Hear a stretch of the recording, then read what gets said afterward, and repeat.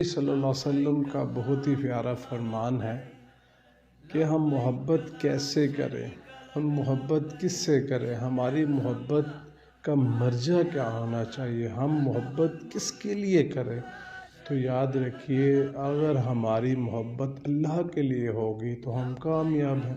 ہمارا ایمان مکمل تب ہوگا کہ ہماری محبت اللہ کے لیے ہو۔ ایک بات یاد رکھیے کہ اللہ ہم سے کتنی محبت کرتے ہیں۔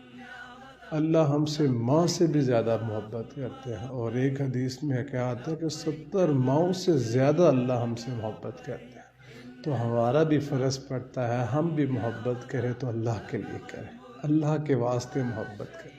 تو اس لیے نبی صلی اللہ علیہ وسلم کا بہت پیارا فرمان ہے، اس کو یاد رکھیے گا۔ من احب للہ وابغض للہ واعطى للہ ومنع للہ فقد استکمل الایمان۔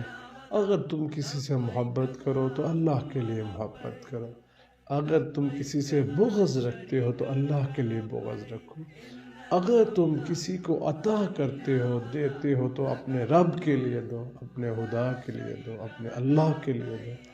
اور چوتھی بات، اگر تم کسی سے روکتے ہو، کسی سے منع کر رہے ہو، کسی سے ہاتھ روک رہے ہو دینے میں، اس میں تمہارا کوئی دوسری بات نہ، صرف اللہ کے لیے ہو کہ میں اللہ کی وجہ سے اس کو نہیں دیتا۔ تو ان 4 اصولوں کے اوپر اگر ہم عمل کریں گے تو فقد استکمل الایمان، تب جا کے ہمارا ایمان مکمل ہوگا۔ اگر میں اپنی بیوی سے محبت کروں، اپنی گھر والی سے، اپنی ماں سے محبت کروں، اپنے بچوں سے محبت کروں، اس میں سب سے پہلی جو شرط ہونی چاہیے میرے ذہن میں وہ یہ ہو کہ میں اللہ کی رضا کے لیے ان سے محبت کرتا ہوں۔ اگر میں اپنے گھر والے سے کبھی ناراض ہوں تو صرف اس وجہ سے کہ یہ نماز نہیں پڑھتی ہیں، یہ اللہ کی حدود کو جو ہے وہ کراس کر رہی ہیں۔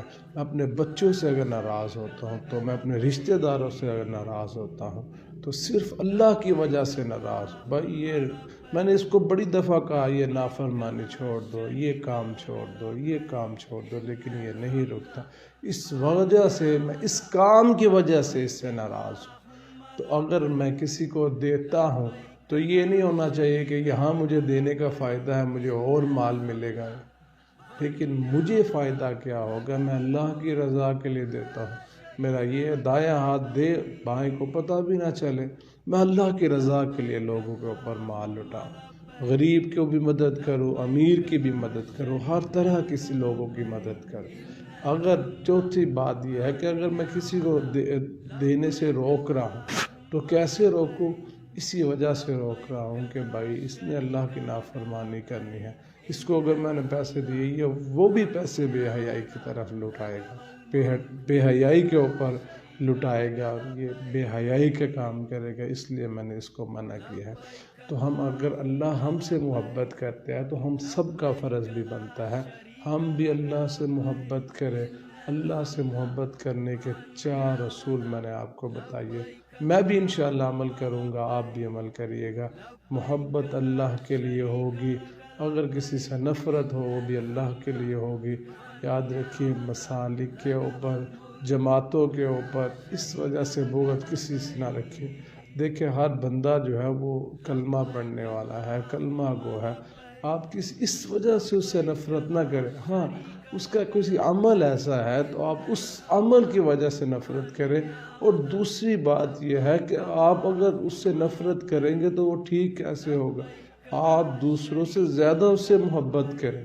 اگر وہ آپ سے سلام لیتا ہے تو آپ اس کے سلام کا جواب دیں اور اس سے بات کریں، اس کے اوپر اپنا مال خرچ کریں۔ ہو سکتا ہے آپ کی وجہ سے وہ انسان ٹھیک ہو جائے۔